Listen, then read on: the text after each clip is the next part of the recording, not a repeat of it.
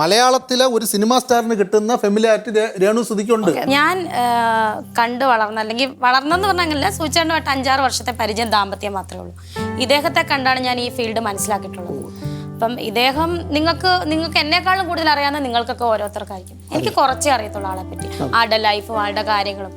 പേയ്മെന്റിന്റെ കാര്യം നിങ്ങൾക്ക് അറിയാവുന്ന ആള് വളരെ കുറച്ച് മേടിക്കത്തേ ഉള്ളൂ. ആളങ്ങനെ പറഞ്ഞൊന്നും മേടിക്കാൻ അറിയത്തില്ല എന്നിട്ടാണോ എന്താണെന്ന് എനിക്കറിയില്ല. ഞാൻ കണ്ടിട്ടുള്ളത് അങ്ങനെയാണ്. അപ്പം എന്നെ സംബന്ധിച്ച് ഞാൻ ആളെ കണ്ട് ജീവിച്ചുകൊണ്ട് ഞാനും അധികം പേയ്മെൻ്റ് ഒന്നും വാങ്ങിക്കാറില്ല. ഇപ്പം എനിക്ക് 2 മക്കളുണ്ട്.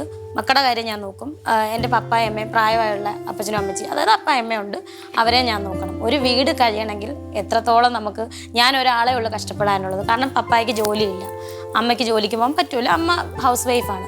അപ്പോൾ ഈ കുഞ്ഞുങ്ങളെ നോക്കി, ഇപ്പം കിച്ചു മൂത്ത മോൻ 20 വയസ്സുണ്ട്.